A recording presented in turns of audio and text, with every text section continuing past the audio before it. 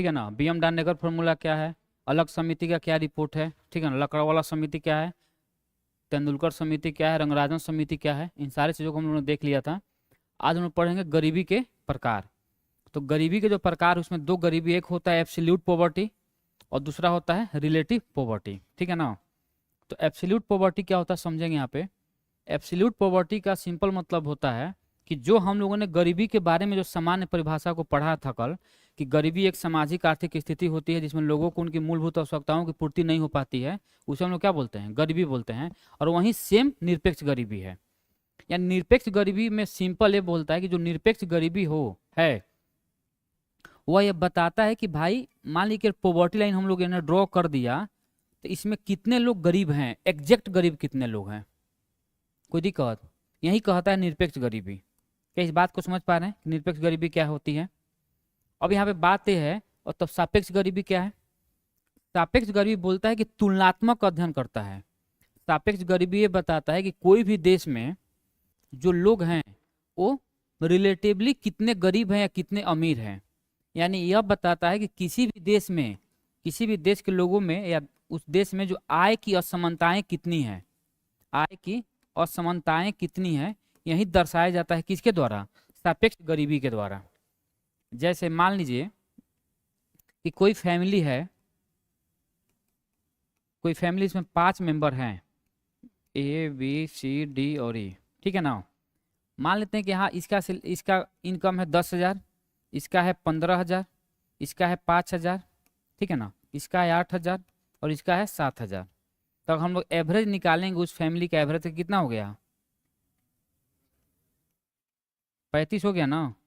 Total कितना हो गया 7,000। यानी इस देश उस फैमिली का एवरेज इनकम कितना है 7,000। तो इसका मतलब ये हुआ कि जो ये 7,000 रुपया हुआ एक प्रकार से पॉवर्टी लाइन हुआ है।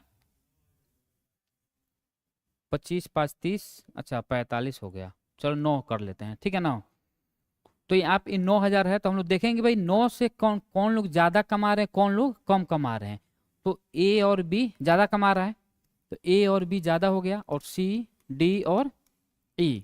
यानी कहने का मतलब अगर बोला जाए कि इसमें कौन से लोग गरीब हैं, अब ये गरीब है कि नहीं ये नहीं पता, लेकिन ये बताता है कि ए और बी से सी डी और ई गरीब है। कोई कोई दिक्कत। यानी ये तुलनात्मक रूप से बता रहा है कि ए और बी से गरीब है सी और डी। हो सकता है कि इससे भी, अगर इसके परिवार में कुछ और लोग होंगे इससे भी गरीब होंगे, जो 9,000 से भी बहुत ही कम पैसा कमा रहे होंगे। हो सकता है वो लोग 1,000 रुपया 2,000 रुपया कमा रहे होंगे, कोई दिक्कत। लेकिन मैं केवल एक फैमिली के बारे में बात कर रहा हूं, तो यह बता रहा है कि जो ए और बी है सी डी और ई की अपेक्षा ज्यादा अमीर है। इसका मतलब नहीं कि ए और बी एकदम पूरे, अगर देश के बारे में बात किया जाए तो सबसे ज्यादा अमीर है, ऐसा नहीं है। लेकिन एक रेस्पेक्ट बता रहा है कि इसके रेस्पेक्ट में एक अमीर है या गरीब है, कोई दिक्कत। तो सापेक्ष गरीबी और निरपेक्ष गरीबी में यही डिफरेंस है, सिंपल। निरपेक्ष गरीबी बताता है किसी भी देश में एब्सोल्यूट पॉवर्टी को, एग्जैक्ट गरीबी कितनी है। लेकिन जो सापेक्ष गरीबी है यह बताता है कि उस देश में कितने लोग सापेक्ष रूप से गरीब है और अमीर है। क्या इस बात को समझ गए आप सभी लोग। यही बात यहाँ पर दिखा है कि निरपेक्ष गरीबी और सापेक्ष गरीबी है क्या। तो निरपेक्ष गरीबी अगर पूछेगा कि मुख्य रूप से समझेंगे, निरपेक्ष गरीबी मुख्य रूप से विकासशील अर्थव्यवस्था यानी डेवलपिंग इकोनॉमी में पाई जाती है, मुख्य रूप से। अगर यहाँ पे पूछ रहा है कि निरपेक्ष गरीबी क्या सामान्यतः विकसित अर्थव्यवस्था में पाई जाती है, तो एकदम नहीं पाई जाती है। जो भी निरपेक्ष गरीबी है वह सामान्यतः, मुख्य रूप से, सामान्यतः नहीं मुख्य रूप से यह डेवलपिंग इकोनॉमी में पाई जाएगी। लेकिन वहीं पे जब सापेक्ष गरीबी के बारे में हम लोग बात करेंगे तो यह जो है सामान्यतः, सामान्यतः यहाँ पे बोला हूं, वहां पे मुख्य है, यहाँ पे सामान्यतः है, विकसित अर्थव्यवस्था में पाई जाती है। अगर कोई विकासशील अर्थव्यवस्था है, अगर वह भी अर्थव्यवस्था या देश अगर चाह रहा है कि मैं अपने देश में सापेक्ष गरीबी को फाइंड आउट करूं, तो निकाल सकता है।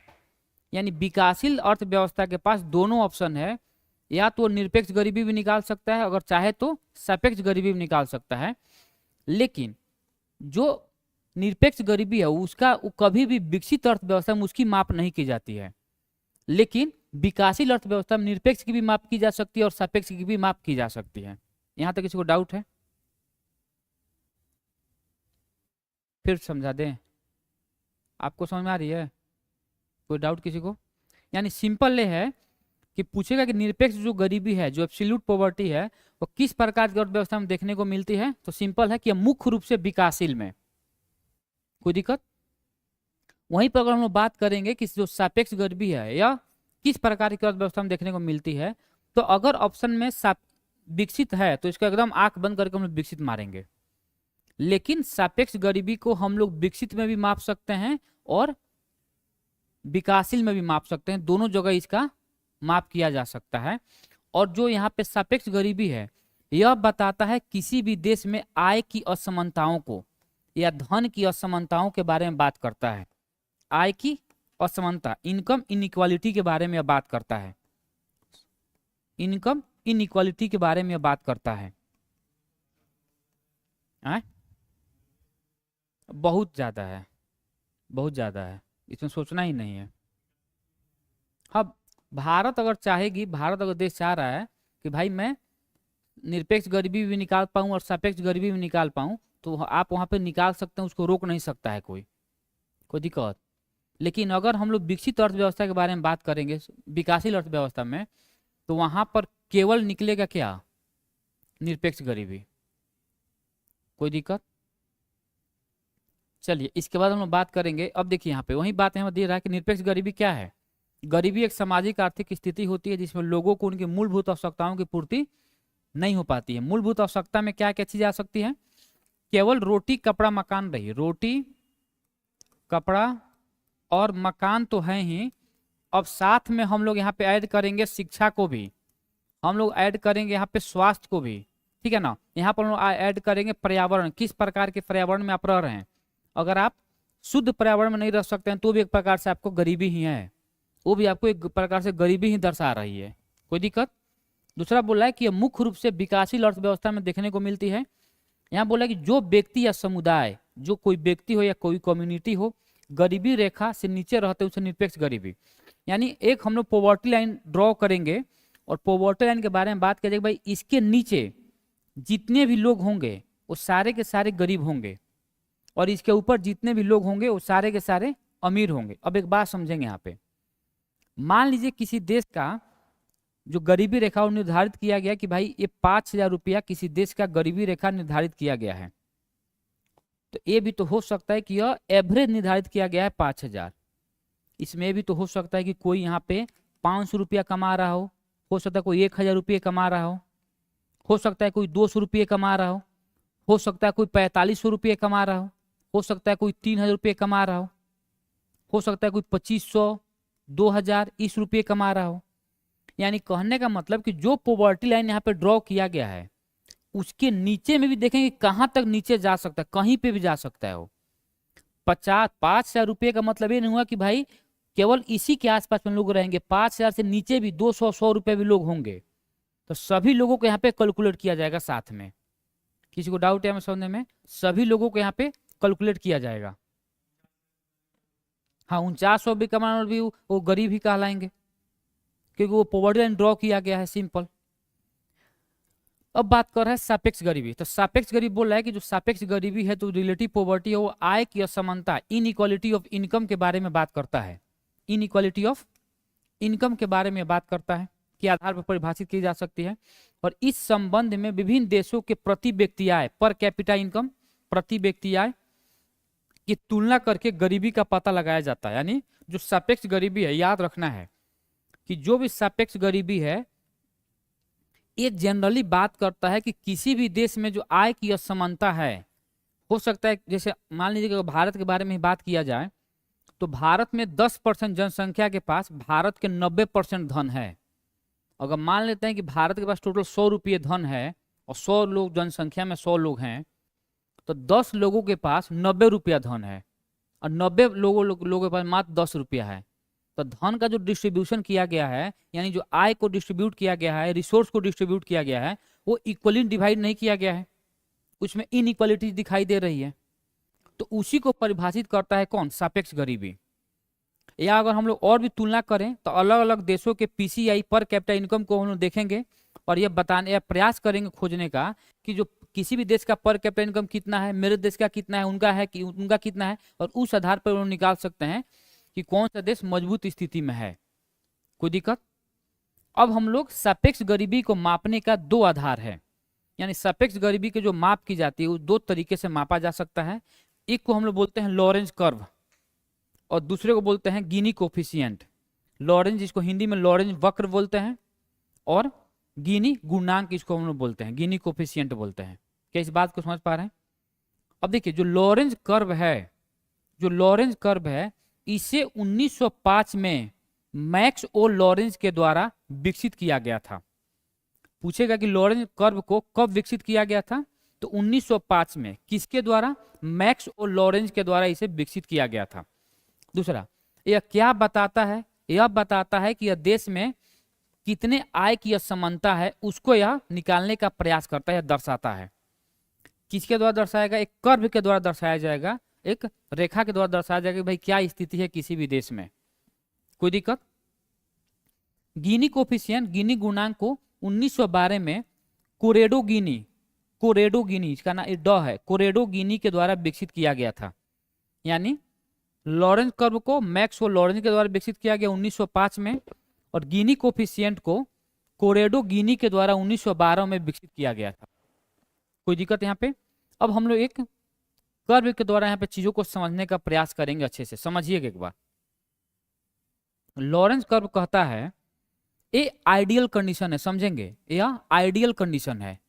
आइडियल कंडीशन का मतलब ये है कि जो बीच वाली रेखा है, ये वाली जो बीच वाली रेखा है, अगर इसको हम लोग आइडियल रूप से मान लें तो यहाँ पे देखेंगे, यानी ये बात करता है कि इनकम, यह दिखाता है, जो आइडियल कंडीशन है यह दिखाता है कि किसी भी देश में जो उस देश का इनकम है, ठीक है ना, वो किसी भी देश का जो इनकम है,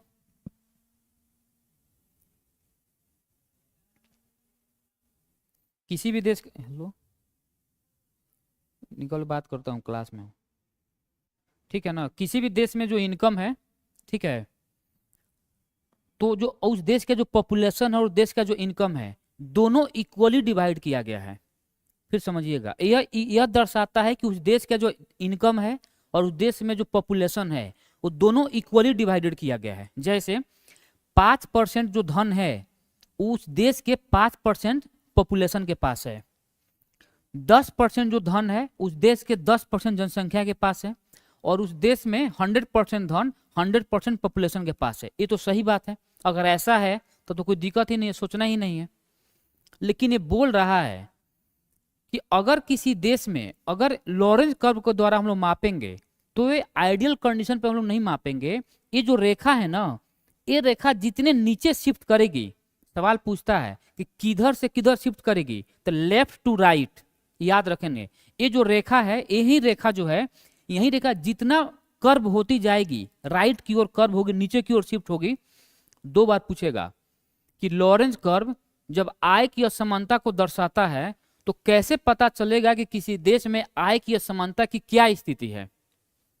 तो ये बताना होगा वहां पे कि जब रेखा जो कर्व है, जो यहाँ पे इक्वालिटी, जो लाइन ऑफ इक्वालिटी है, इसको लाइन ऑफ इक्वालिटी बोलते हैं, तो जो लाइन ऑफ इक्वालिटी है जितना नीचे की ओर शिफ्ट करेगा, तो पूछेगा ऊपर से नीचे या नीचे से ऊपर, तो ऊपर से नीचे की ओर या लेफ्ट से राइट की ओर।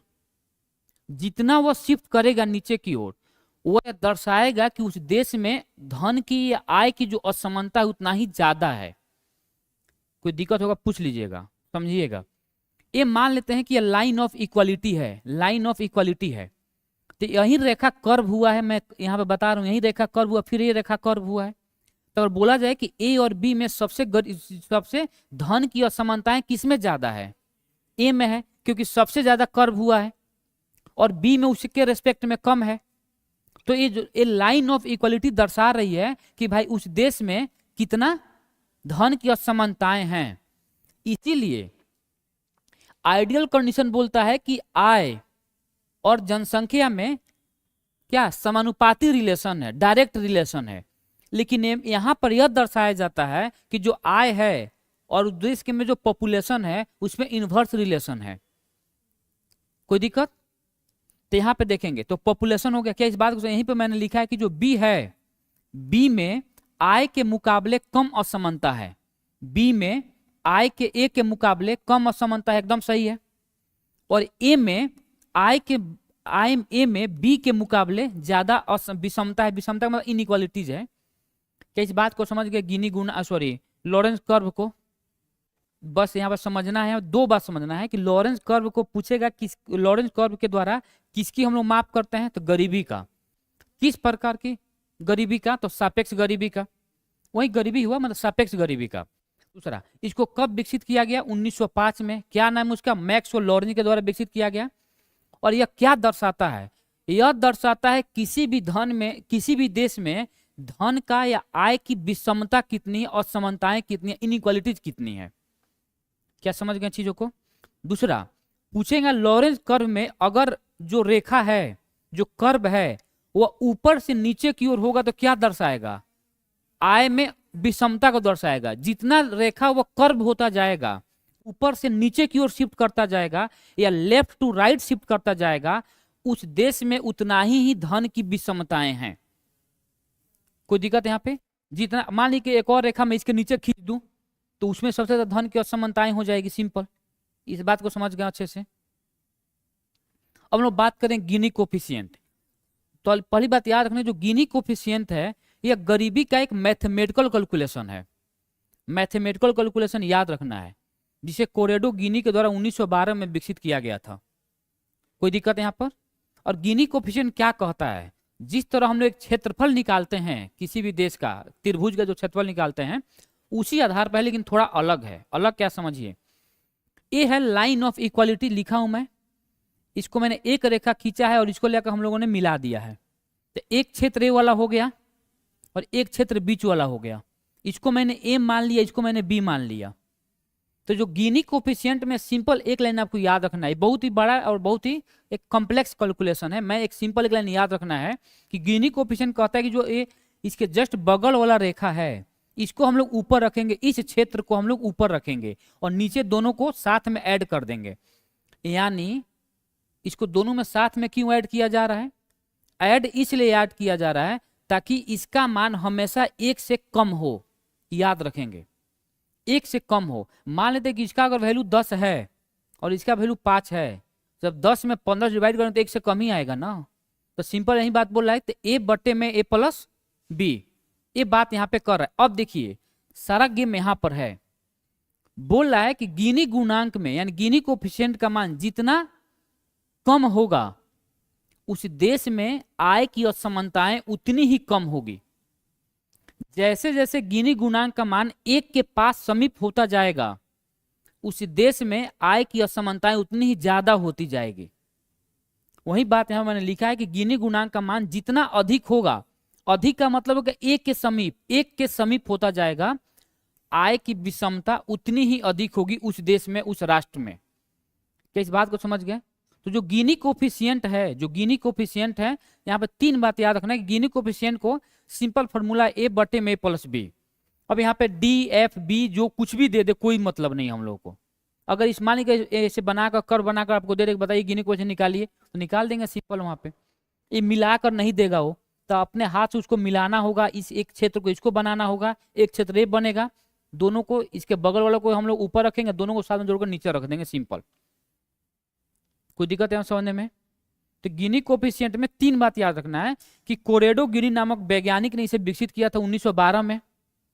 और गिनी कोफिशिएंट कहता है कि ए बटे में प्लस बी। और दूसरा बात है कि गिनी गुणांक का मान जितना ही अधिक होगा उस देश में आय की विषमता उतनी ही ज्यादा होगी। यानी एक के समीप जितना वो आता जाएगा आय की विषमता, इनकम इनइक्वालिटी उतना ही ज्यादा होती जाएगी। सिंपल ये बात बोल रहा है यहाँ पे। किसी को डाउट है यहाँ पर समझने में? तो लॉरेंज कर्व और गिनी कोफिशिएंट समझ गए। ये दो ऐसे कर्व है जिसके द्वारा हम लोग सापेक्ष गरीबी की माप करते हैं और एग्जैक्ट पता लगा सकते हैं कि उस देश में कितनी गरीबी है। गिनी को जो लॉरेंज कर्व है वो बताता है कि जितना रेखा, जो लाइन ऑफ इक्वालिटी है, जितना कर्व होगी ऊपर से नीचे की ओर शिफ्ट होगी उस देश में उतना ही इनइक्वालिटीज बढ़ेगा। और गिनी कोफिशिएंट कहता है कि भाई उसको निकालने का सिंपल फॉर्मूला ए बटे में प्लस बी। और एक का मान जितना ही, गिनी कोफिशिएंट का मान जितना ही एक के समीप होता जाएगा उस देश में उतना ही आय की विषमता ज्यादा होगी, सिंपल। मुझे उम्मीद है कि समझ गए होंगे। अब कुछ चीजें यहां पर हम लोग समझेंगे, गरीबी से संबंधित कुछ महत्वपूर्ण तथ्य है। गरीबी से संबंधित जो आंकड़ों को किसके द्वारा, एनएसओ के द्वारा, राष्ट्रीय सांख्यिकी कार्यालय के द्वारा संग्रहित की जाती है। याद रखना है, कलेक्ट की जाती है, जारी नहीं की जाती है। गरीबी से संबंधित आंकड़ों को नीति आयोग जारी करती है, और नीति आयोग बताती है कि भारत में भी गरीबी की क्या स्थिति है। लेकिन डाटा जो कलेक्ट करने का काम करती है, जो सर्वे करती है, वो करती है एनएसओ। यहाँ पे दो हम लोग को याद रखना है। बोलेगा कि गरीबी से संबंधित डाटा को कौन एकत्रित करता है, कौन कलेक्ट करता है, तो वो करता है कौन, एनएसओ, राष्ट्रीय सांख्यिकी कार्यालय। अगर पूछेगा कि गरीबी से संबंधित डाटा को कौन जारी करता है, वो जारी करता है नीति आयोग। ठीक है, और इसी के बाद हम लोग आगे समझेंगे कि यहाँ पे जो नीति आयोग है, एक रिपोर्ट में अभी बोला है कुछ दिन पहले ही कि भाई भारत पिछले 10 सालों में लगभग 24.5 करोड़ लोग MPI, multi dimensional poverty index, बहुआयामी गरीबी सूचकांक से बाहर आए हैं। साढ़े कितने, 24.5 करोड़ लोग। अब पूछेगा कि मल्टी डायमेंशनल पॉवर्टी इंडेक्स की शुरुआत 2010 में किसके द्वारा किया गया, यूनाइटेड नेशन के द्वारा शुरुआत किया गया। मल्टी डायमेंशनल पॉवर्टी इंडेक्स का मतलब है कि गरीबी के बहुत सारे ऐसे डायमेंशन रखे गए हैं।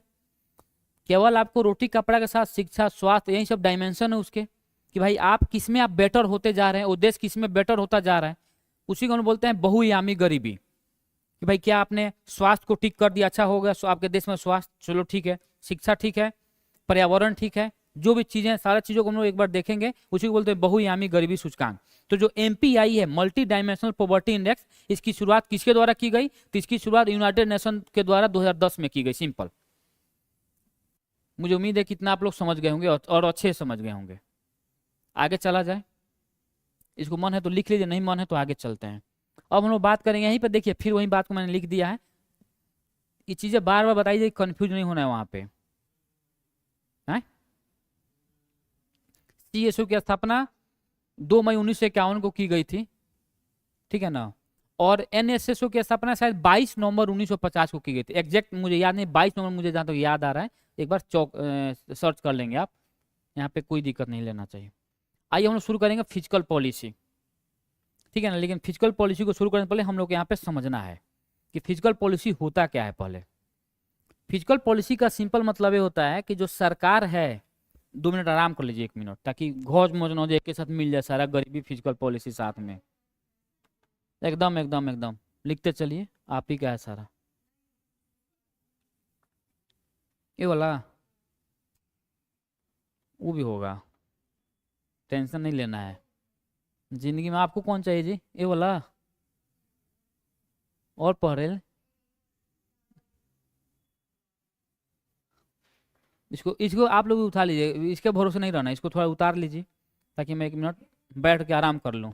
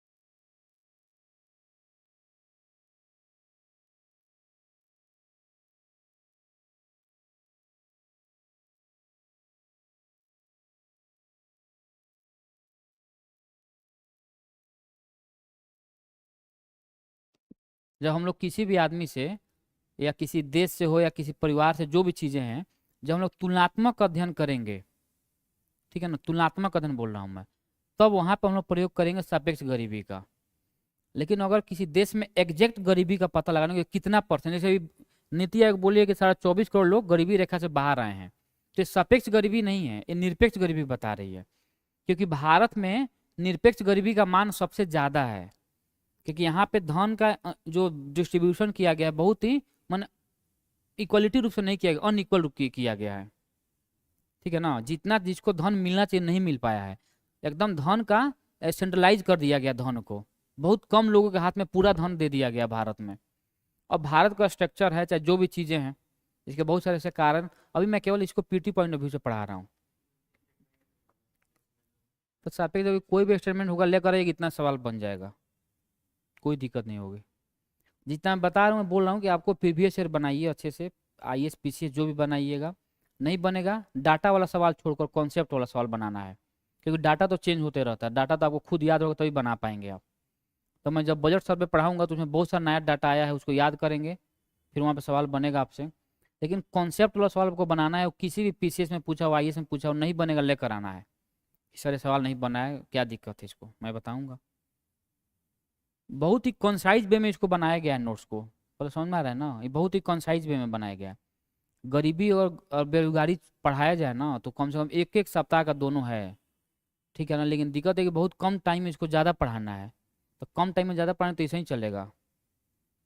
हो गया जी ये, इधर लिख लीजिए मन है तो। NSO के द्वारा संग्रहित किया जाता है, जारी की जाएगी RBI इसके द्वारा, नीति आयोग के द्वारा। नीति आयोग बोले कि भाई पिछले 10 सालों में, पिछले 10 सालों का मतलब कि जब से BJP की सरकार आई है, 14 से लेकर 23 तक, वही बात यहाँ बताई जा रही है कि भारत में जो बहुआयामी गरीबी सूचकांक है, उसमें से लगभग 24.5 करोड़ लोग, अगर ऑप्शन में 25 करोड़ दे रहा है एकदम आंख बंद करके मारेंगे, लगभग 25 करोड़ अगर दे रहा है तो ऑप्शन वही मारेंगे। और MPI की शुरुआत 2010 में यूनाइटेड नेशन द्वारा किया गया, इसी हो गया सारा चीज। अब हम बात करेंगे राजकोषीय नीति। राजकोषीय नीति, राजकोषीय नीति होती क्या समझेंगे यहाँ पे। देखिए ये मान लेते हैं हम लोग सिंपल, सरकार है, ठीक है ना। तो सरकार के पास भी कुछ ना कुछ आय होता है, सरकार के पास कुछ ना कुछ पैसे आते हैं ना, और सरकार भी अपने पैसे को कहीं ना कहीं व्यय करती है, ठीक है। तो सरकार के पास जो पैसा आने का स्रोत है वो क्या है, टैक्स का पैसा है। सबसे ज्यादा पैसा सरकार के पास टैक्स के रूप में आती है। अगर 10 रुपये सरकार को मिल रही है तो लगभग उसमें से 7 से 8 रुपया टैक्स के आते हैं पैसा। और जो पैसा हम लोग यहाँ पे सरकार के पास आती है, उसी पैसे को सरकार अपने कहीं ना कहीं खर्च करती है। अब सरकार को खर्च करने का भी बहुत सारे कारण है। एक तो भाई सामाजिक कार्य करना है, पब्लिक एक्सपेंडिचर को बढ़ाना है, रेडियो जो भी है, पुल जो भी चीज़ें हैं, हॉस्पिटल बनवाना, कॉलेजेस बनवाना, यूनिवर्सिटीज बनवाना, तमाम तरह की सरकार काम करती है। लोगों को पेंशन देना, सैलरी देना, वेतन देना, सारे तमाम तरह की सरकार काम कर रही है। तो बोल रहा है कि जो सरकार के आय है तथा सरकार के जो व्यय है, इससे संबंधित एक नीति बनाई जाती है।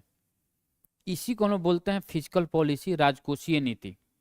और राजकोषीय नीति का भी जो मुख्य उद्देश्य है वो यही है, इन्फ्लेशन को कंट्रोल करना। इसका भी मुख्य काम है इन्फ्लेशन को कंट्रोल करना। तो क्या केवल इसका यही काम है, इन्फ्लेशन को कंट्रोल करना, और सबसे ज्यादा जरूरी है रोजगार का सृजन करना, रोजगार का सृजन करना। अब यहाँ पे रोजगार कैसे क्रिएट होगी इसके द्वारा, तो रोजगार इसलिए जैसे ऐसे क्रिएट होगी कि जैसे मान लीजिए सरकार बजट ला रही है और सरकार वहाँ पे इंफ्रास्ट्रक्चर के बारे में ज़्यादा बात कर रही है, मैन्युफैक्चरिंग सेक्टर को बढ़ाने के बारे में सरकार बात कर रही है। तो जब सरकार पुल बनवाएगी, यूनिवर्सिटीज बनवाएगी, कॉलेजेस बनवा रही है, ये तमाम तरह की सरकार जो काम करेगी, तो उसमें लोगों को पैसा मिलेगा ना, लोगों को रोजगार मिलेगा। और जब रोजगार मिलेगा तो लोग गरीबी से और बेरोजगारी से बाहर आएंगे। तो इसका भी मुख्य काम क्या है, रोजगार का सृजन करना। और दूसरा इसका जो सबसे महत्वपूर्ण काम ये भी है कि जो अर्थव्यवस्था है ऐसे तरीके से चीजों करना ताकि हम लोग का GDP का ग्रोथ हो सके, GDP का ग्रोथ हो सके। और जब जीडीपी का ग्रोथ होगा तभी किसी भी देश का प्रति व्यक्ति आय पर कैपिटा इनकम में भी वृद्धि होगी। क्या इस बात को समझ पा रहे हैं? तो ये जो है, और अगर कोई पूछे कि फिजिकल पॉलिसी क्या है, तो फिजिकल पर एक लाइन में बताना है कि सरकार के जो आय तथा व्यय है उससे संबंधित जो नीति बनाई जाती है उसी को राजकोषीय नीति बोलते हैं। लेकिन समझेंगे यहाँ पे, पूछेगा कि सरकार की जो फिजिकल पॉलिसी है, ये जो फिजिकल पॉलिसी है ये किसके द्वारा लाई जाती है? ये खुद ये सरकार के द्वारा लाई जाती है। लेकिन वहीं पर अगर मॉनेटरी पॉलिसी पूछे किसके द्वारा लाई जाती है, तो ये लाई जाती है आरबीआई के द्वारा। क्या इस बात को समझ पा रहे हैं? और दोनों का ही काम है इन्फ्लेशन को कंट्रोल करना, ठीक है ना। दोनों का काम क्या है? इन्फ्लेशन को, अच्छा जैसे मान लीजिए इन्फ्लेशन का मतलब कि पैसा का फ्लो ज्यादा है अर्थव्यवस्था में, पैसे का फ्लो ज्यादा है तो सरकार जो यहाँ पर पब्लिक एक्सपेंडिचर कर रही है, पब्लिक एक्सपेंडिचर उसको कम कर देगी सरकार। पब्लिक एक्सपेंडिचर का मतलब है कि सरकार जितने भी लोगों के उत्थान के लिए काम करती है, लोगों के विकास के लिए काम करती है, जिसको विकासात्मक कार्य बोलते हैं, जैसे पुल बनवाना, कॉलेजेस बनवाना, यूनिवर्सिटीज बनवाना, सब्सिडी देना, टैक्स के रेट को कम करना, तो जैसे इन्फ्लेशन होगा सरकार टैक्स के रेट को बढ़ा देगी। मान लेते हैं कि 10 रुपया पर सरकार और 1 रुपया टैक्स ले रही है, तो अब 10 रुपया पर सरकार 2 रुपया टैक्स ले लेगी। तो पहले हम लोग के पास 9 रुपया बचा तो अब 8 रुपया बचेगा। कुछ नए प्रकार के टैक्स को इंट्रोड्यूस कर देगी ताकि लोगों के पास पैसे कम हो जाए। तमाम ऐसे उपाय है सरकार के पास जिसके द्वारा इन्फ्लेशन कंट्रोल किया जा सकता है। कोई दिक्कत? ये सारा चीज है। अब यही बात यहाँ पर हम लोग यहाँ पे चीजों को समझने का प्रयास करेंगे। देखिए क्या बोल रहा है, बोल रहा है कि सरकार के जो आय है तथा व्यय से संबंधित नीति को हम लोग राजकोषीय नीति कहते हैं, ठीक है ना। क्या बोलते हैं? राजकोषीय नीति हम लोग यहाँ पर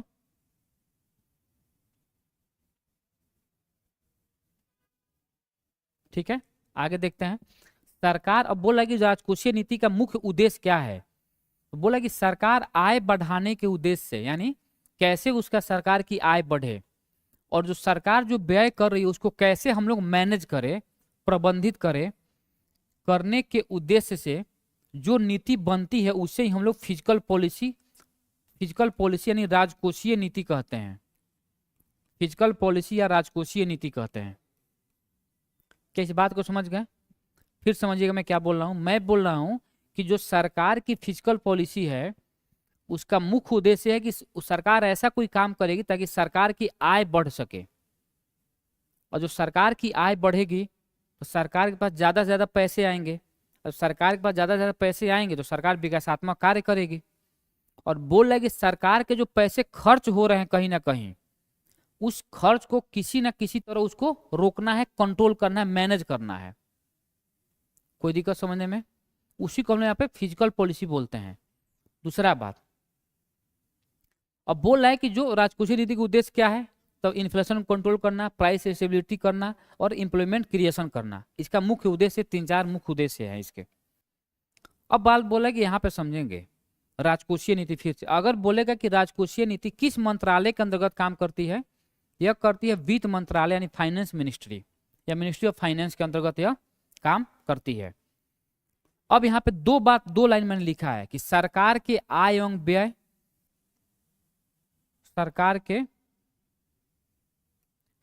के आय एवं व्यय, तो सरकार के जो आय तथा व्यय है, इनकम एक्सपेंडिचर है, वो वर्तमान वर्ष के यानी अभी वर्तमान मानी 2023-24, और सरकार के जो आय एवं व्यय है वो आगामी वर्ष। अब समझेंगे यहाँ पे दोनों मतलब क्या है। सरकार जब बजट लाती है तो सरकार यह बताती है कि सरकार जो पिछले साल सरकार अपने पैसे को कहाँ कहाँ खर्च की, और सरकार अगले बार पैसे को अपना कहाँ कहाँ खर्च करेगी, ठीक है। ये है वर्तमान वर्ष के। और सरकार भविष्य के लेकर बात करती है कि भाई सरकार के पास अनुमान लगाती है सरकार कि मेरे पास इतने पैसे आने वाले हैं और मैं इतना पैसा को कहीं ना कहीं खर्च करूंगी। तो दोनों को हम लोग कंबाइंड रूप से बजट कहते हैं। जो बजट है, बजट क्या है? सरकार के पिछला मामला क्या हुआ, कितना खर्च हुआ, कितना आय हुआ, और सरकार अगले साल कितना खर्च करेगी, सरकार के पास कितने पैसे आएंगे। ये दोनों को हम लोग कंबाइंड रूप से क्या बोलते हैं? बजट बोलते हैं। जिसका वर्णन भारतीय संविधान के अनुच्छेद 112 में किया गया है, लेकिन भारत के संविधान में कहीं पर भी बजट शब्द का इस्तेमाल नहीं किया गया है। उसके जगह पर एनुअल फाइनेंशियल स्टेटमेंट, वार्षिक वित्तीय विवरण शब्द का इस्तेमाल किया गया है। क्या इस बात को समझ रहे हैं आप लोग अच्छे से? इतना समझ रहे हैं तो फिर हम लोग आगे चलेंगे। अब यहाँ पे मामला है यहाँ पे कि जो राजकोषीय नीति है, उस राजकोषीय नीति कितने प्रकार की होती है? तो राजकोषीय नीति 3 प्रकार की होती है। अब यहाँ पे बात है कि सरकार इसका प्रयोग कब कब करती है। तो राजकोषीय नीति के जो प्रकार हैं वो 3 हैं। एक को हम लोग बोलते हैं यहाँ पर एक्सपेंशनरी फिजिकल पॉलिसी, जिसको बोलते हैं विस्तारवादी राजकोषीय नीति। दूसरा है संकुचन राजकोषीय नीति, कॉन्ट्रडिक्शनरी फिजिकल पॉलिसी। और तीसरा है तटस्थ यानी न्यूट्रल फिजिकल पॉलिसी। कोई दिक्कत? अब यहाँ पे थोड़ा चीजों को समझना है।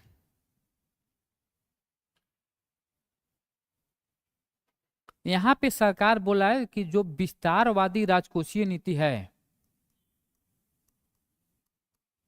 विस्तारवादी जो राजकोषीय नीति है, विस्तारवादी राजकोषीय नीति, दूसरा है संकुचन राजकोषीय नीति, संकुचन राजकोषीय नीति, विस्तारवादी राजकोषीय नीति, और तीसरा है न्यूट्रल यानी तटस्थ फिजिकल पॉलिसी। अब समझेंगे यहाँ पे बोल रहा है कि सरकार विस्तारवादी राजकोषीय नीति का प्रयोग कब करेगी। तो सरकार विस्तारवादी राजकोषीय नीति का प्रयोग तभी करेगी ना कि जब मामला संकुचित हो। कोई दिक्कत? जैसे जो फुटबॉल है, हम लोग फुटबॉल खेलते हैं, तो उसमें विस्तार कब होगा? जब उसमें हवा निकल गया होगा, तभी तो उसमें फूंक मार के उसमें हवा भरेंगे ना। जो पहले से हवा भरा हुआ तो उसको हम लोग क्यों फूंक मारेंगे? कोई फायदा है क्या? कोई फायदा नहीं है। दूसरा बात, जो संकुचन राजकोषीय नीति, इसका प्रयोग सरकार कब करेगी? इसका प्रयोग तब करेगी जब ज्यादा उसमें हवा डाल दिया जाएगा, तो उसको कुछ ना कुछ हवा को कम करने के लिए, जैसे देखते होंगे बाइक या 4 व्हीलर में हवा को कम रखा जाता है गर्मी के दिनों में, ठीक है ना, जितना रिक्वायरमेंट उससे कम रखा जाता है। यानी कहने मतलब उसमें एक्सेस हवा रहेगा तो फट सकता है मामला। और न्यूट्रल फिजिकल पॉलिसी मतलब मामला ये है कि भाई जितना बाइक में 40-45 हवा चाहिए आगे और पिछले चक्के में, उतना अगर है तो उसको बोलते हैं न्यूट्रल फिजिकल पॉलिसी। सिंपल, अब समझिएगा। तो फिर इसका प्रयोग सरकार करेगी कब? तो इसका प्रयोग सरकार तब करेगी, इसका प्रयोग सरकार तब करेगी जब अर्थव्यवस्था में मंदी हो। मंदी हो यानी जब अर्थव्यवस्था में रिसेशन होती है, तब सरकार उसको फैलाने का काम करेगी। सरकार उसको फैलाने का काम करेगी यानी उसका विस्तार करेगी। मंदी का मतलब ये हुआ कि अर्थव्यवस्था में पैसे की कमी है। जब अर्थव्यवस्था में पैसे की कमी होगी तो सरकार क्या करेगी? पैसा को इकोनॉमी में डालने का काम करेगी। तो जो पैसा इकोनॉमी में डालने का काम करेगी, और यहाँ पे सरकार के बारे में बात हो रही है, तो उसके लिए सरकार क्या करेगी? सरकार करेगी कि अपना जो पब्लिक एक्सपेंडिचर है, यानी जो सार्वजनिक व्यय है, सरकार की जो सार्वजनिक व्यय है जिसको हम बोलते हैं पब्लिक एक्सपेंडिचर। पब्लिक एक्सपेंडिचर, सरकार की जो पब्लिक एक्सपेंडिचर है, सार्वजनिक व्यय है, उसको बढ़ाएगी। उसको बढ़ाने का मतलब कि सरकार तमाम तरह के कामों को करेगी, ठीक है ना, जिससे क्या होगा? पैसा, अर्थव्यवस्था में पैसा का फ्लो हो सके। और जब पैसे का फ्लो अर्थव्यवस्था में होगा तो सबके पास पैसे आएंगे, और जब सबके पास पैसे आएंगे तो लोग डिमांड करेंगे, और जब डिमांड करेंगे तो उत्पादन बढ़ेगा, प्रोडक्शन बढ़ेगा, देश का जीडीपी का ग्रोथ होगा, पर कैपिटा इनकम बढ़ेगा। या दूसरा काम ये भी सरकार यहाँ पे कर सकती है कि पब्लिक एक्सपेंडिचर बढ़ाएगी सरकार यहाँ पे टैक्स के रेट को कम कर देगी। टैक्स के रेट को कम कर देगी। जैसे मान लेते हैं कि 1000 रुपया सरकार अगर 100 रुपया ले रही है टैक्स के रूप में, मान लेते हैं, तो सरकार अब 100 रुपये की जगह पर 50 रुपया लेगी, 25 रुपया, 30 रुपया लेगी, ताकि ज़्यादा से ज़्यादा लोगों के पास पैसे बचे। और जब ज़्यादा से ज़्यादा लोगों के पास पैसे बचेंगे तो लोग डिमांड को बढ़ाएंगे, और जब लोग डिमांड को बढ़ाएंगे तो तो उत्पादन बढ़ेगा, उत्पादन बढ़ेगा, इसका मतलब जीडीपी का ग्रोथ हो रही है देश में, सब कुछ सामान्य होगा। कोई दिक्कत समझने में यहाँ पे? तो सरकार यहाँ पर पब्लिक एक्सपेंडिचर को बढ़ाएगी, टैक्स के रेट को कम करेगी, टैक्स के रेट को कम करेगी, ठीक है ना। हो सकता है कि सरकार अपने सब्सिडी को भी बढ़ा दे, लोगों को सब्सिडी दे, हो सकता है। अब बात कर रहे हैं कि हो सकता है कि ऐसे करते करते ऐसा पैसा, इतना ना पैसा फ्लो हो गया अर्थव्यवस्था में कि अब देश रिसेशन से निकला और इन्फ्लेशन में घुस गया। जैसे ही देश में इन्फ्लेशन होगा फिर सरकार करेगी संकुचन राजकोषीय नीति का प्रयोग। तो बोलेगा कि संकुचन राजकोषीय नीति का प्रयोग किस स्थिति में की जाती है? तो की जाती है जब अर्थव्यवस्था में मुद्रास्फीति हो, जब अर्थव्यवस्था में मुद्रास्फीति हो, यानी जब अर्थव्यवस्था में इन्फ्लेशन हो, जब अर्थव्यवस्था में इन्फ्लेशन हो, उस स्थिति में सरकार क्या करती है? संकुचन राजकोषीय नीति का संकुचन मतलब कि भाई अब ज्यादा फैल गया हवा, थोड़ा उसमें हवा निकालने तो ब्लास्ट कर जाएगा। तो सरकार यहाँ पे क्या करेगी? इसका उल्टा कर देगी। सरकार अपने सार्वजनिक व्यय यानी पब्लिक एक्सपेंडिचर को कम करेगी। पब्लिक एक्सपेंडिचर को सरकार क्या करेगी? कम करेगी। टैक्स के रेट को बढ़ा देगी। मान लेते हैं पहले 1000 पर 100 रुपये टैक्स लेते, 1000 में 200 रुपये टैक्स लेगी सरकार, ताकि लोगों के पास पैसे कम बचे। तो सरकार यहाँ पर टैक्स रेट को क्या करेगी?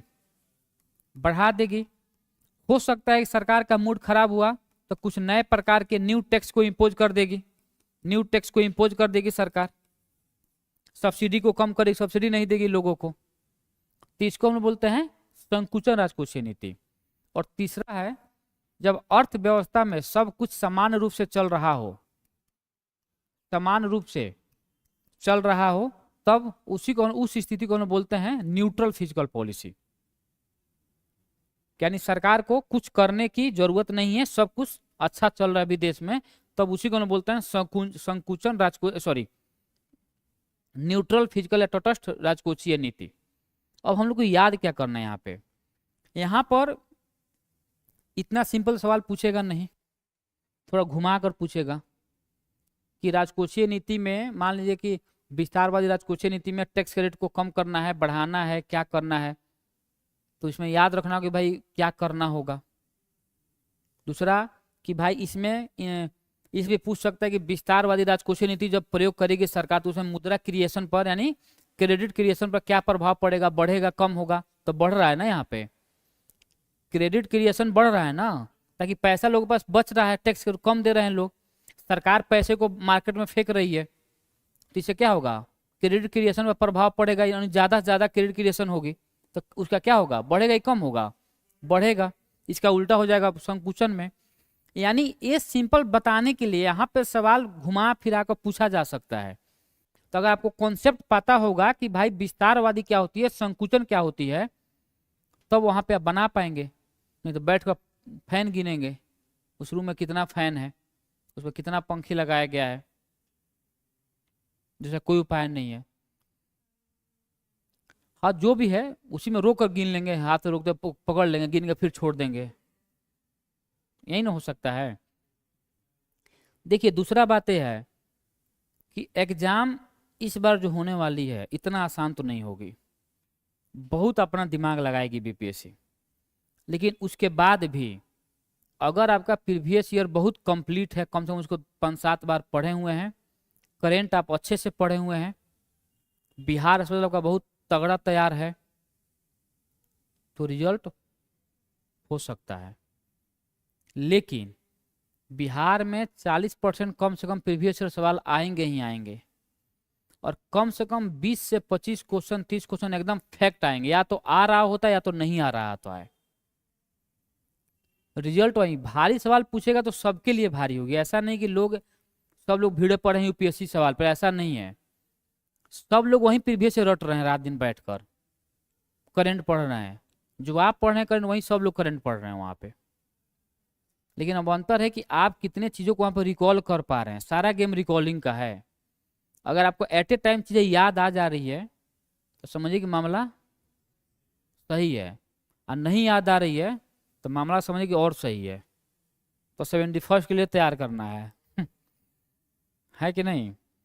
क्योंकि फॉर्म तो गिरेगा बहुत दबा कर इस बार, कम से कम 5-6 लाख से कम नहीं गिरेगा। हाँ देखिए 3.5 अभी तो टाइम भी तो है ना, अभी 4 तारीख तक है ना, बहुत सा अभी मैं ही नहीं भरा हूँ फॉर्म, मेरे दोस्त सर्किल में कोई नहीं भरा है फॉर्म, सब लोग का पता किसका वेट कर रहे हैं, तो हम लोग भरेंगे ना। अभी बहुत सारे लोग, जैसे अब देखिए फॉर्म गिरता ज़्यादा, अब अंतर क्या हुआ है, यूपी में फिर सीट इस बार बढ़ा दिया है, और यूपी में सीट बढ़कर हो गया लगभग 900 यूपी पीसीएस में, और 400-450 के आसपास में उसमें आया है आर ओ में, तो 1300 सीट, उसका भी एग्जाम दिसंबर में ही है, 7 दिसंबर को। तो बहुत सारे ऐसे बच्चे हैं जो यूपी के लोकल हैं, वो नहीं चाहेंगे कि मैं इधर उधर भाग करूं, आप अपना पूरा ध्यान उधर कंसंट्रेट किए हैं। अच्छा जो बिहार वाले वो भी नहीं भागेंगे उधर, यही 2 राज्य है जहाँ पे मिलाकर लगभग 3,500-4,000 अभी इस बार वैकेंसी है अच्छे पोस्ट के लिए, तो जो जहाँ एकदम चुपचाप लगा हुआ है अपना, इसीलिए मुझे हमको इसलिए लग रहा है कि बिहार जानबूझ के एग्जाम को लेकर उधर गई है लेकर, ताकि मारा मारी नहीं कि 2 शिफ्ट में एग्जाम होता, और जैसे ही 2 शिफ्ट में एग्जाम होता फिर होता है आंदोलन, वही ना बोल रहा हूँ, तो फिर होता है आंदोलन, और जब आंदोलन होता फिर लाठी खाता सब लोग, कि सरकार तो एकदम दिवाती का लाठी घेरवा कर कहीं, उसको क्या मतलब है, ऑर्डर करेगा मारो फिर कंटिन्यू शुरू हो गया। तो ये भी ध्यान देना है, इसीलिए इस बार फॉर्म गिरने का चांस कम है, कम का मतलब नहीं कि 2 लाख गिरेगा, 5-6 लाख तक जाएगा, 7 लाख तक, तो जहाँ पे 10-12 लाख गिरने वाला था वहाँ पे 5-6-7 लाख गिर रहा है, तो भाई लगभग 70% गिर रहा है ना, तो 30% के फायदे में है हम लोग। उस 7 लाख में जो एकदम सीरियस कैंडिडेट होंगे मैक्सिमम 50,000, समझ 1 लाख मान लेते हैं, 1 लाख आना बहुत मुश्किल है, लेकिन फिर भी मान लेते हैं 1 लाख। 1 लाख में वैसे ही बच्चे होंगे जो प्रॉपर एसएससी के होंगे और उनका पीटी होगा, और वो लोग मेंस नहीं देंगे, क्योंकि मेंस का तो लोग एम नहीं पता है, तो कुछ लोगों का वो लोग भी सीट बर्बाद करेंगे, जो कैलिबर वाले बच्चे हैं, जो हो सकता है 1 नंबर से आ सकते थे, वो लोग नहीं आएंगे, क्योंकि पीटी में वही निकल पाएगा जो बहुत रटा हुआ है सारा चीज, कॉन्सेप्ट वॉन्सेप्ट कुछ नहीं, मैं पहले बता दे रहा हूँ आपको, और आपको यही याद रहेगा कि विस्तारवादी में मंदी के टाइम में आएगा कि रिसेशन के टाइम में आएगा, इन्फ्लेशन टाइम में आएगा, तभी वहां पर दिमाग काम करेगा। कोई नहीं कह सकता कि मैंने पूरा कॉन्सेप्ट होता क्या है, जब चीजें आपकी याद रहेगी आपका कॉन्सेप्ट क्लियर है, नहीं याद रहेगी कहानी खत्म है फिर तो, समझ में आ रहा है ना। और ये बात हवा में बात नहीं करने के, नहीं टीचर बोला है कि बहुत बड़ा टीचर बोला है, कॉन्सेप्ट का उस साले को याद नहीं हो कॉन्सेप्ट, कुछ नहीं, कहाँ पे हिस्ट्री में तो और आसान है, उसमें तो और याद करना है सारे चीजों को, हिस्ट्री में क्या है, सारे चीजों को याद रखना है। हिस्ट्री हम लोग क्यों गड़बड़ होता है, आपको अभी सोचे हैं हिस्ट्री गड़बड़ होने के पीछे, हम लोग केवल पढ़ने का प्रयास करते हैं, समझने का प्रयास नहीं, भाई क्रोनोलॉजी क्या है हिस्ट्री का। अब यहीं पे कंफ्यूजन, क्रिप्स मिशन पहले आया था, कैबिनेट मिशन आया था, इसमें कंफ्यूजन हो गया तो फिर क्या होगा, ये तो पता होना चाहिए भाई, पहले आया था 42 में आया था, 46 में आया था, अब 46 में तो संविधान सभा बनाने का उन्होंने भाई बोला कि ठीक है तुम बनाओ संविधान सभा, अब सीधा को पता था जो फॉर्मूला आया था, आर फॉर्मूला जिसको बोलते हैं, अब यही नहीं पता कि भाई पहले आया था क्रिस मिशन में पहले बाद, वहां पे कंफ्यूजन होता तो दिक्कत है ना। आपको गांधी युग से एकदम एकदम चीजें याद होनी चाहिए, कि रॉलेट पहले हुआ कि पहले जालियावाला बाग मैस्करे हुआ था, समझ में आ रहा है ना। अब इसी में अगर कंफ्यूजन हो रहा है अभी से, तो यही है कि भाई दम लगा कर पढ़ने की आवश्यकता है अभी। करेंट अफेयर समझिए, अनएक्सपेक्टेड है चीजें करेंट अफेयर्स के लिए, सबके लिए नया होगा, आपको बस ये है कि आपको जो भी लगे जिस पर आपका मतलब आपको पढ़ने में मजा है, मैं क्या बोल माने मैं बोल एडिटोरिया, उसमें पिछले 2 बार तो सवाल आ नहीं रहा है एडिटोरिया से, सब बच्चे गलिया रहे हैं, लेकिन सब लोग छुप के उसको पढ़ रहे हैं, एडिटोरिया को सब गाली दे रहा है लेकिन सब लोग पढ़ रहे हैं एडिटोरिया को, तो मान ली मैं बोल दूंगी मत पढ़िए, कोई उसी सवाल आ जाए इस पर, तो मैं रिस्क लेने में काम नहीं करता हूँ, आपको जो अच्छा लगे उसको पढ़िए, लेकिन एक बार नहीं पढ़िए, कम से कम उसको 2-4-5 बार पढ़िए। अब आपको लगे सर 5 बार कैसे पढ़ेंगे, उतना मोटा मोटा है, तो पढ़िए, दूसरा कौन उपाय है, दूसरा कोई उपाय नहीं है कि अरे नहीं एक बार पढ़ेंगे, इतना दिमाग है नहीं, आइंस्टीन तो हम लोग है नहीं, यहाँ दिमाग में खा रहे चावल चोखा, कहाँ से दिमाग तेज होगा। खाना भी तो देखना है कि आप खाना किस प्रकार खा रहे हैं, आप किस प्रकार सो रहे हैं, परिवार की क्या स्थिति है, गर्लफ्रेंड बॉयफ्रेंड उसका क्या स्थिति है, उधर तो डोज मिला तो कहाँ से पढ़ेंगे, उसको तो मैनेज करना है। सारे देखिए, एग्जाम पास करना बहुत इजी है, लेकिन बहुत टफ है। कब कब इजी है? जब आपके साथ सारा कंडीशन आपके फेवर में है। अब मानिए बैठने पर तो मैडम जी फोन कर दी, नहीं तुम बात करो, साले कैसे नहीं बात करोगे तुम?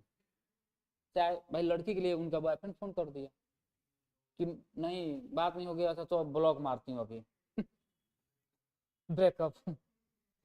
अरे ठीक है, ब्रेकअप और शांति रहती है, फिर दूसरा खोजने के चक्कर में लोग रहेंगे, है कि नहीं?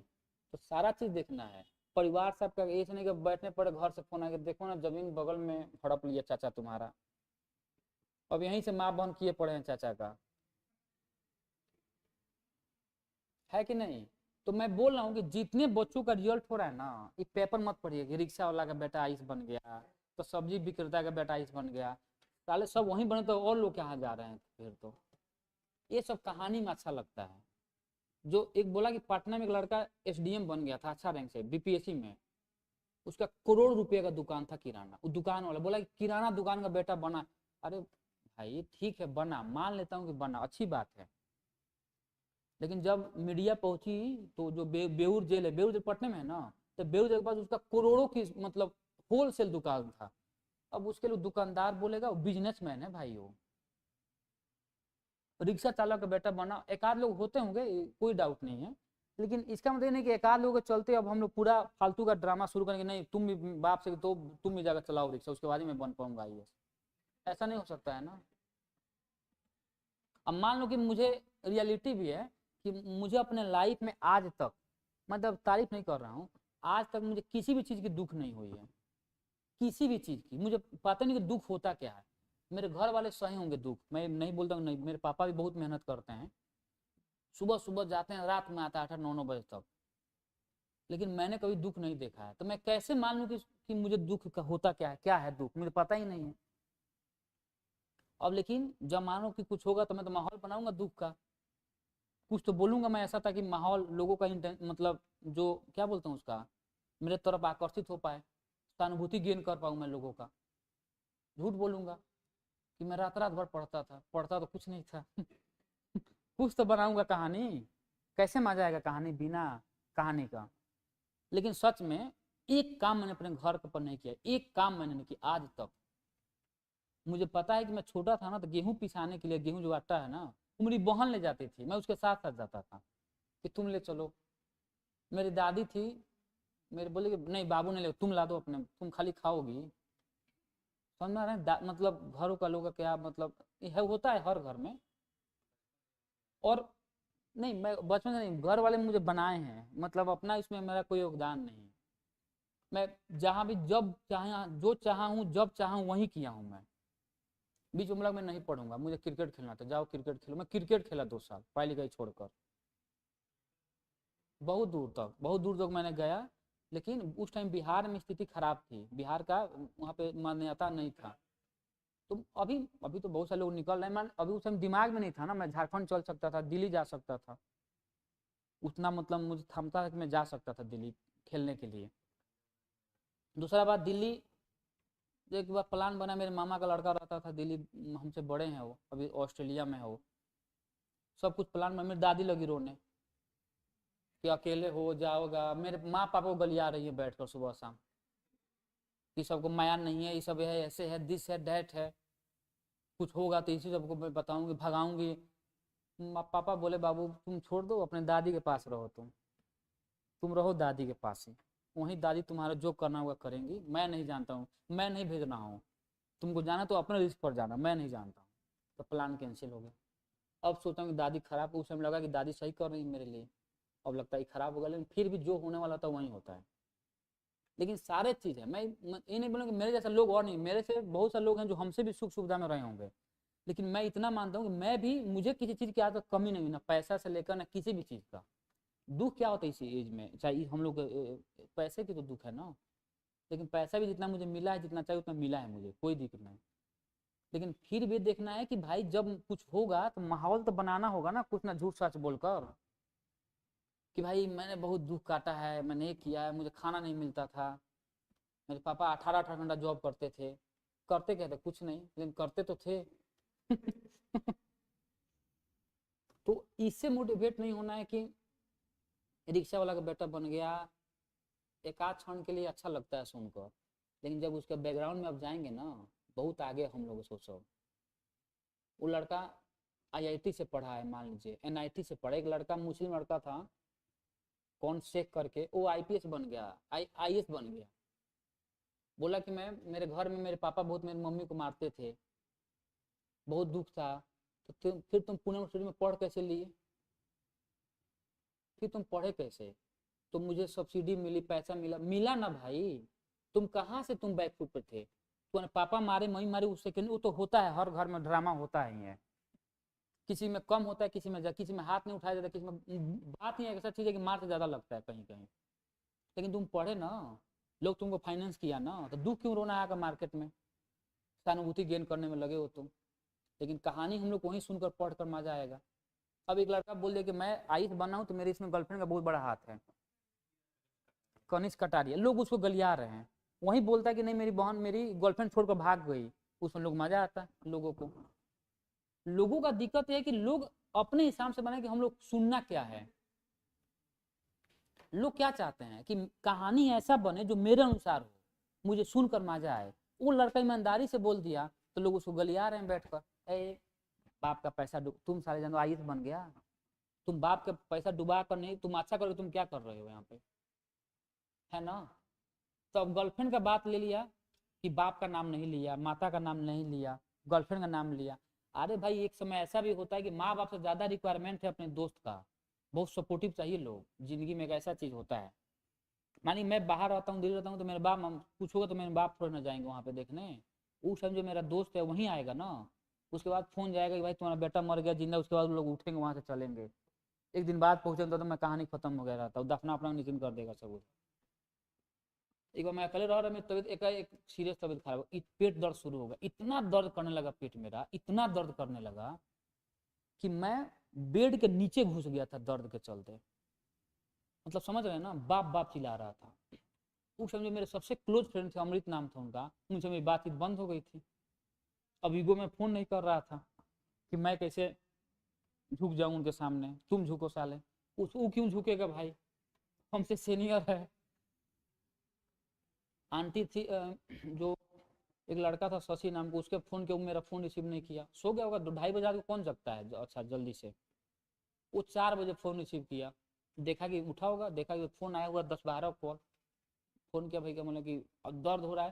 संजोग क्या हुआ कि हम लोग फ्लैट के सामने ही एक मतलब फैमिली रहती थी, उसमें मैं मैंने चिल्ला रहा था, घूम रहा था पूरा वो अपना जो था गैलरी, उसमें एक भाभी थी बगल में, सामने ही थी।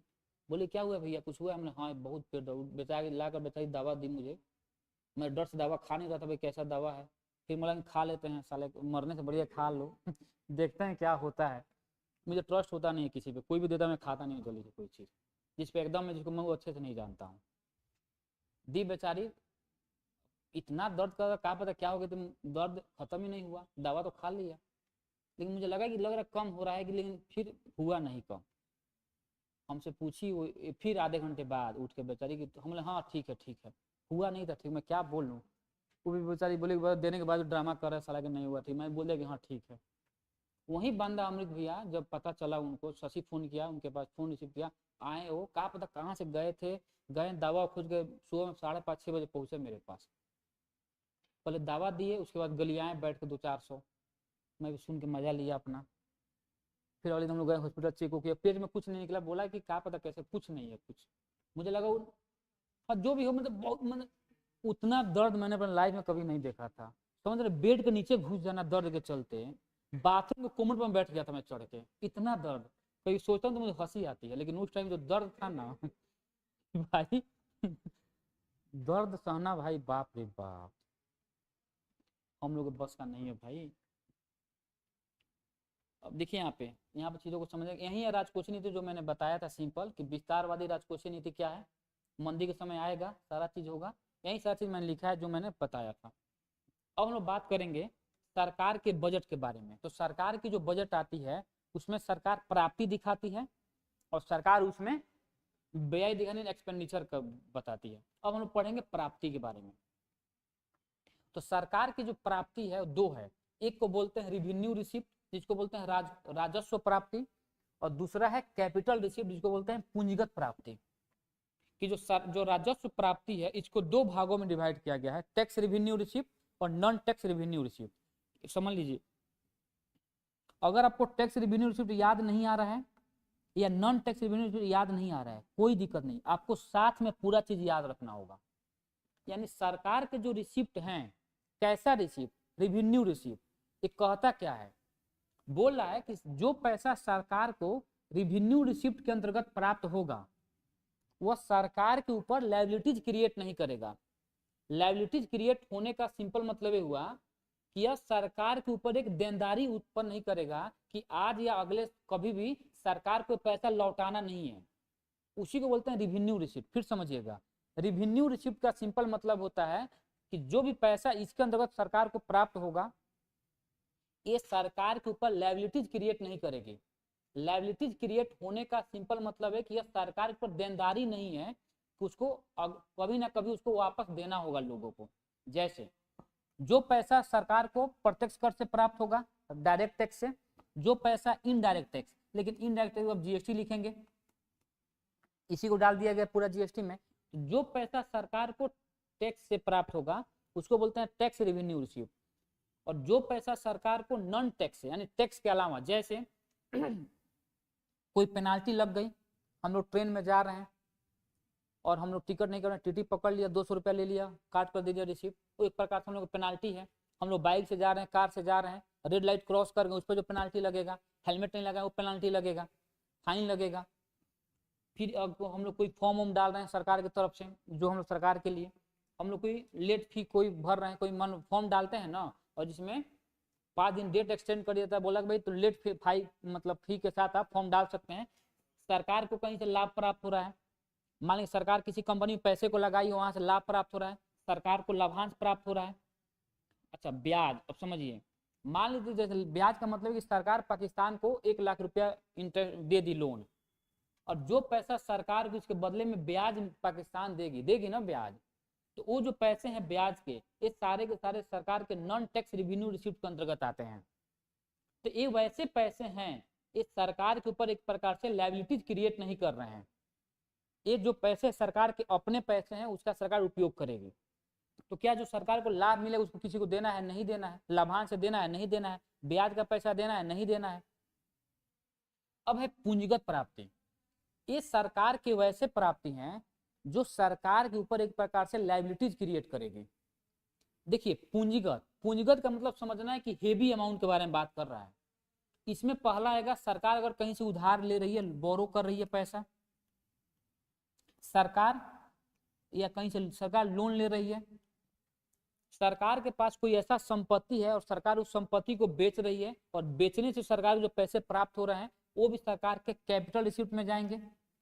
या सरकार कहीं किसी कंपनी में पैसे को इन्वेस्ट की है, मान लीजिए कि सरकार LIC में 70% इन्वेस्टमेंट की है मान लेते हैं, और सरकार को लग रहा है कि नहीं अब उस LIC में मेरा पैसा केवल 20% मेरा शेयर रहेगा, तो 50% सरकार क्या करेगी, पैसे को निकालेगी। तो जो पैसे को निकाल रही है उसको बोलते हैं विनिवेश करना। तो उसको भी अगर उससे सरकार को पैसे प्राप्त हो रहे हैं, इस सरकार के सारे कैपिटल रिसिप्ट के अंतर्गत आते हैं। कोई दिक्कत समझने में? अब यहाँ सवाल पूछेगा, कैसे पूछ देगा कि सरकार की इनमें से कौन सा प्राप्ति सरकार के रेवेन्यू रिसिप्ट के अंतर्गत आते हैं, कौन से प्राप्ति सरकार के कैपिटल रिसिप्ट के अंतर्गत आते हैं। तो आपको याद रखना होगा सारा चीज। किसी को डाउट है कोई? वहीं लिखा हूं कि सरकार की हर वह प्राप्ति जो किसी प्रकार के देयता को जन्म नहीं देती है और न ही सरकार के किसी संपत्ति को बेचने से प्राप्त होती है, उसे हम लोग बोलते हैं क्या, राजस्व प्राप्ति। पूंजीगत प्राप्ति क्या है, सरकार की हर वह प्राप्ति जो किसी प्रकार के देयता यानी लायबिलिटीज को जन्म देती है या सरकार को कोई संपत्ति को बेचने से प्राप्त होती है, वो कहलाती है कैपिटल रिसिप्ट। किस बात को समझ गए? उसके बाद हम बात करेंगे सरकार के व्यय। तो जिस तरह सरकार के प्राप्ति था दो, उसी तरह सरकार के व्यय भी दो प्रकार के हैं, एक है राजस्व व्यय और एक है कैपिटल व्यय। अब समझेंगे, सरकार के जो राजस्व व्यय है, एक कह रहा है कि वैसा व्यय सरकार को जो भविष्य में सरकार के लिए किसी प्रकार से कोई संपत्ति का निर्माण नहीं कर रही है।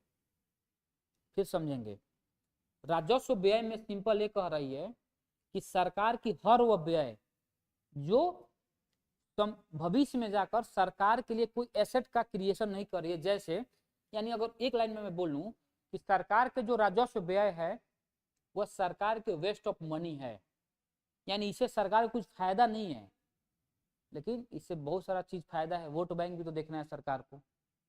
तो अगर सरकार किसी को पेंशन दे रही है, सरकार किसी को वेतन दे रही है, सरकार सब्सिडी दे रही है, सरकार किसी का ऋण माफ कर रही है, सरकार ब्याज का भुगतान कर रही है। जो सरकार ब्याज ली थी उधर लोन ली थी, जिस तरह हम लोग लोन लिए थे ब्याज मिल रहा था, लोन दिए थे पाकिस्तान को, उसी तरह अगर हम लोग यूएसए से लोन लेंगे तो उसको हम लोग ब्याज भरेंगे ना। तो इस ब्याज का भुगतान, ये जितने भी पैसे हैं उस सरकार के राजस्व व्यय के अंतर्गत आते हैं, और इसको हम लोग आम भाषा में बोल सकते हैं कि सरकार के लिए बहुत ही लॉस वाली बात है। और भारत जो अभी जो वर्तमान लगातार घाटे में जा रही है उसका सबसे बड़ा कारण वही है। कोई दिक्कत? क्या पूंजीगत व्यय? पूंजीगत व्यय का मतलब ये होता है कि सरकार के वैसे व्यय जो एक प्रकार से भविष्य में सरकार के लिए और देश के लिए एक प्रकार से एसेट का क्रिएशन कर रही है, एसेट का निर्माण कर रही है, संपत्ति का निर्माण कर रही है, उसे हम लोग बोलते हैं क्या? पूंजीगत व्यय। जैसे रोड बनवाना, हॉस्पिटल बनवाना, यूनिवर्सिटीज बनवाना, पुल बनवाना, ये सारे के सारे होते हैं क्या? Capital expenditure. अब उसको लोग बात करें, यही बात लिखा है मैं, सरकार की हर वह व्यय जो भविष्य में सरकार के लिए किसी प्रकार से संपत्ति का निर्माण नहीं करती है।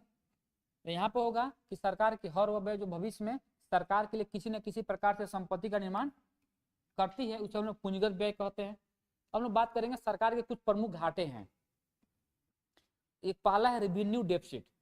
अब देखिए रेवेन्यू आया है तो याद रखना है, जो भी प्लस माइनस करेंगे हम लोग केवल रेवेन्यू से ही करेंगे, या तो रेवेन्यू रिसिप्ट को या रेवेन्यू एक्सपेंडिचर से बात करेंगे। तो आपका घाटा कब होगा? आपका इनकम है 10 रुपये, आप खा गए 12 रुपये, तो वही घाटा होगा ना। जब आपका एक्सपेंडिचर आपके इनकम से ज्यादा हो जाएगी तो घाटा होगा। तो रेवेन्यू घाटा क्या है, यानी रेवेन्यू डेफिसिट क्या है? राजस्व व्यय, यानी सरकार के जो खर्चे हैं उसको जो माइनस करेंगे सरकार के प्राप्ति में से, तो घाटा हो गया। मैंने बोला हूँ घाटा कब होगा? जब एक्सपेंडिचर ज्यादा होगा किससे? रिसिप्ट से, तो वो घाटा होता है। क्या इस बात को समझ गए? ये बात मेन समझना है, राजकोषीय घाटा। और इसी का टारगेट इसमें सरकार को जो है, वर्तमान में सरकार का जो राजकोषीय घाटा 4.9% है, लेकिन सरकार टारगेट रखी है कि अगले बार 4.5% पर लाना है। यानी 4.9% अभी है और टारगेट कर रही है सरकार 4.5 पर लाने का। होता क्या समझे? अब यहाँ पे राजकोषीय घाटा के बारे में बात कर रहे हैं, और हम लोग पढ़ क्या रहे हैं? राजकोषीय नीति पढ़ रहे हैं। तो राजकोषीय घाटा का मतलब कि सरकार के जो टोटल व्यय है, रेवेन्यू एक्सपेंडिचर और कैपिटल एक्सपेंडिचर, उसको एक साथ रखेंगे, R plus C, revenue plus capital, minus करेंगे कुल प्राप्ति। तो रेवेन्यू प्राप्ति प्लस में कैपिटल प्राप्ति। लेकिन एक बात याद रखेंगे, जो कैपिटल प्राप्ति है सरकार की जो प्राप्ति है, सरकार की प्राप्ति है वो दो प्रकार की प्राप्ति है। एक है राजस्व प्राप्ति और दूसरा है पूंजीगत प्राप्ति। क्या है? पूंजीगत प्राप्ति। ध्यान देंगे, तो राजस्व प्राप्ति का मतलब कि वैसे पैसे तो सरकार को देना नहीं है किसी को, और पूंजीगत प्राप्ति में सरकार उधार भी तो ले रही है, या सरकार लोन भी तो ले रही है किसी से। तो जब भी हम लोग राजकोषीय घाटा निकालेंगे तो उस देश का एग्जैक्ट घाटा प्राप्त करने के लिए जितना भी सरकार की टोटल प्राप्ति हुई है, राजस्व प्राप्ति प्लस पूंजीगत प्राप्ति, इन दोनों प्राप्तियों में से दोनों को साथ में जोड़ेंगे, और उसमें से जो उधार हम लोग लिए हैं या हम लोग जो लोन लिए हैं उसको उस प्राप्ति में से पहले माइनस करेंगे, फिर उसको माइनस करेंगे कुल व्यय में से। उसी को बोलते हैं राजकोषीय घाटा, फिजिकल डेफिसिट। क्या इस बात को समझ गए? किसी को डाउट है? फिर समझिए एक बार और। राजकोषीय घाटा में सिंपल ये बोलता है कि राजकोषीय घाटा का मतलब होता है कि भाई, क्योंकि हम लोग पढ़ भी रहे हैं राजकोषीय नीति, जिसमें सरकार के टोटल व्यय तथा टोटल एक्सपेंडिचर के बारे, रिसिप्ट के बारे में बात होती है। तो यहाँ पे बोल रहा है कि सरकार के जो कुल व्यय, और घाटा कब होगा? व्यय जब ज्यादा होगा प्राप्ति से तभी घाटा होगा। तो यहाँ पे बोल रहा है कि जो सरकार की कुल व्यय है एंड टोटल जो एक्सपेंडिचर है सरकार की, उसको हम लोग माइनस करेंगे सरकार के कुल प्राप्ति में से। तो जो प्राप्ति है उस प्राप्ति में हम लोग उधार भी तो लिए हैं देश, किसी ना किसी देश से, किसी ना किसी ऑर्गेनाइजेशन से। तो जो टोटल प्राप्ति है उस टोटल प्राप्ति में से पहले हम लोग माइनस करेंगे जो हम लोग उधार लिए हैं, उसको माइनस करेंगे पहले प्राप्ति में से, फिर उसको हम लोग माइनस करेंगे कुल व्यय में से। तो प्राप्त क्या होगा? राजकोषीय घाटा। क्या इस बात को समझ गए? समझ में आ गया? किसी को डाउट है? देख लीजिए, वो पूछिए एक बार और बता दूंगा डाउट है तो।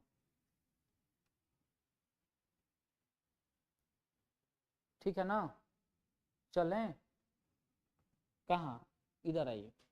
अब प्राथमिक घाटा क्या होता है, प्राइमरी डेफिसिट क्या होती है? प्राइमरी डेफिसिट बोल रहा है कि सरकार की जो टोटल राजकोषीय नीति है उस राजकोषीय नीति में से हम लोग फिर माइनस करेंगे जब हम लोग उधार लिए हैं तो ब्याज तो देंगे हम लोग, तो उस ब्याज के पैसे को माइनस करेंगे पहले, तो हम लोग प्राप्त क्या होगा? Primary deficit. और सबसे महत्वपूर्ण वो है effective revenue deficit. Effective revenue deficit का मतलब क्या होता है समझेंगे। इफेक्टिव रेवेन्यू डेफिसिट का सिंपल मतलब ये होता है कि जैसे मान लीजिए कि सरकार अभी स्कीम चला रही है, सरकार ने लाया कि भाई सभी लेडीज को सैनिटरी पैड फ्री में बांटा जाएगा, या ओपन डिफिकेशन वाला जो मामला है उसको, उसके लिए सरकार काम कर रही है। तो अभी तो हम लोग को लगे कि भाई सरकार इतना पैसा क्यों खर्च कर रही है सैनिटरी पैड पर, या सरकार इतना पैसा क्यों खर्च कर रही है ओपन डिफिकेशन को बंद करने के लिए। तो अभी तो हम लोग को लग रहा है कि भाई यह सरकार का वेस्ट ऑफ मनी है, लेकिन भविष्य में जब सैनिटरी पैड का उपयोग नहीं किया जाता था लड़कियों के द्वारा या औरतों के द्वारा, तो तमाम तरह की बीमारी फैलती थी उन लोगों में। तो उससे बचने के लिए अगर मान लीजिए कि एक बार बहुत से लोगों को बीमारी हो गया तो हेल्थ इशू हो सकता है ना, देश में, देश का इकोनॉमी गड़बड़ हो सकती है। तो बोले कि अगर सरकार ऐसा काम कर रही है जिससे लोगों को भविष्य में उन तमाम चीजों से बचाया जा सकता है, ओपन डिफिकेशन जब कम होगी तो पर्यावरण हम लोग का क्लीन होगा, तो वो भी जगह सरकार देश के लिए एसेट का ही काम कर रही है, संपत्ति का ही काम कर रही है।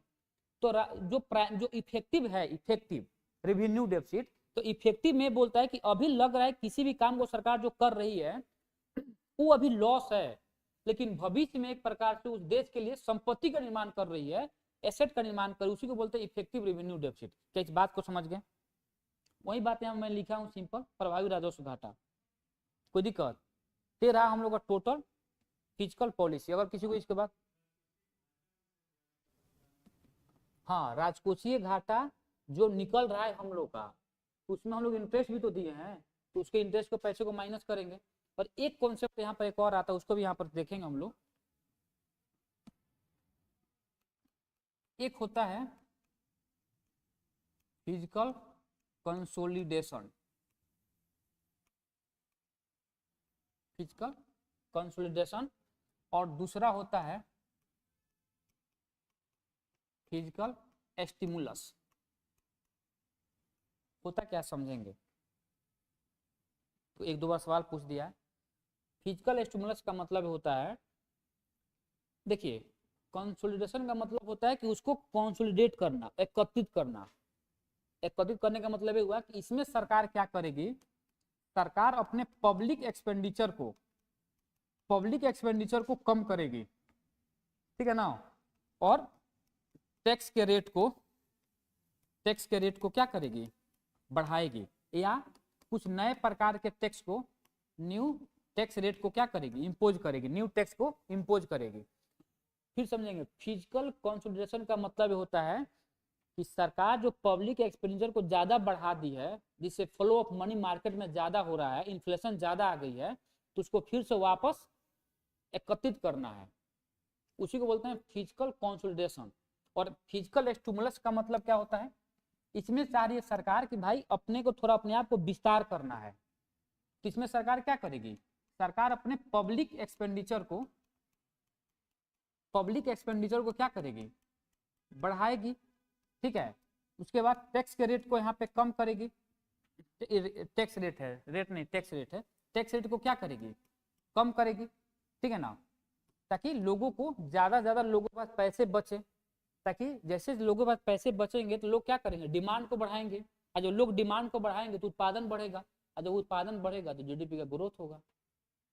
ये जितना मैंने बता दिया फिजिकल पॉलिसी में, एक बार आप लोगों को रिक्वेस्ट है कि आप लोग जाकर जरूर इस पे सवाल बनाएंगे प्रीवियस ईयर, ठीक है ना। यूपीएससी में पूछा हो, बीपीएससी में पूछा हो, यूपीपीएससी में पूछा हो, कहीं पे पूछा हो, बनाएंगे। जो नहीं बनेगा लेकर आना है कि उसमें हम लोग सोचेंगे भाई क्या दिक्कत है, नहीं बन रहा है चाहे बन रहा है, कोई दिक्कत समझने में, ठीक है। तो रहने दिया जाए आज कि हिस्ट्री पढ़ने आप लोग, पहले इकोनॉमिक्स पढ़ा दूंगा दिक्कत हो जाएगी।